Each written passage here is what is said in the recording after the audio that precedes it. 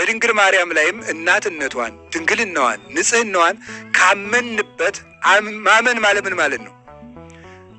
ሲቸግረን ሰላም ለኪ ማለት እንዘ ንሰግድ ንብለኪ ማርያም እመነን አስተበቋኪ ማርያናዊ ተማይጸነብኪ እናታችን ማርያም ብሎ የእመቤታችን የማርያምን ጸሎት መጸለይ ሞክሩት። አዘኝም አሁን ዝም ብሎ አሁን ሰው እስኪ አሁን ጎረቤት ተሰብስባችሁ እየተጫወታችሁ አንድ ልጅ ደርሶ አይኑ ፍጥጥ ቢል ምንድን ነው የምታደርጉት?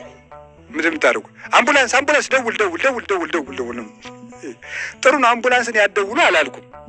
ደውሉ ደግሞ ያላቅማችሁ ደግሞ እግዚአብሔር እንዳትፈታተሩ ደውሉን። የሚያገባኝ ነገር የለም። ግን እኔ የምነግራችሁ እምነታችን ግን ወዴት ነው ያለ? እንዲሁ ቀዝቃዛ ውሃ የግድ ቄስ መኖር ብቻ አለበት እንዴ? ቄስ አለለሳ እናንተስ እምነት የላችሁም?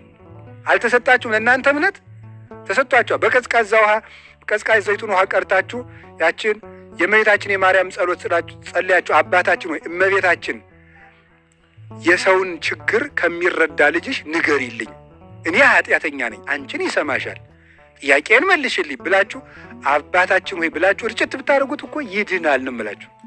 እምነት አዲያኛ ሀብታለን አንጠቀምበትም።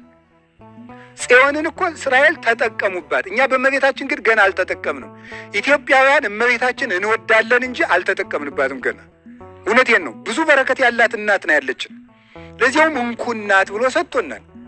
እናት ያለው ልጅ ደግሞ ይቸግረዋል እንዴ? ደግሞ ሀብታም እናት ድሃ እኮ አይደለችም። ባለጸጋ ጸጋን የተመላሽ ሆይ በሉላችሁ። ምን የተመላሽ ነው ያለ? እመቤታችን ሀብታም እኮ ናት።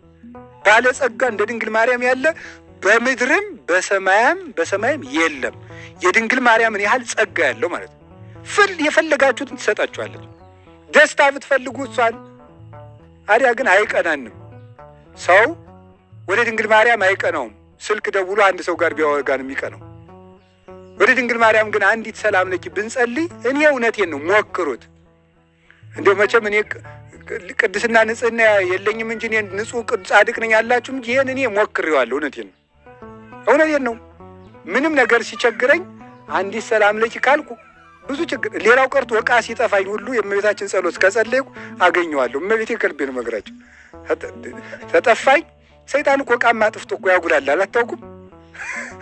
በተለይ በረፈደብኝ ሰዓት ቁልፍ ያጠፋብኛል። ምን ይለና ፈልጌ እምቢ ሲለኝ ሰላም ለኪ ስል አገኘዋለሁ።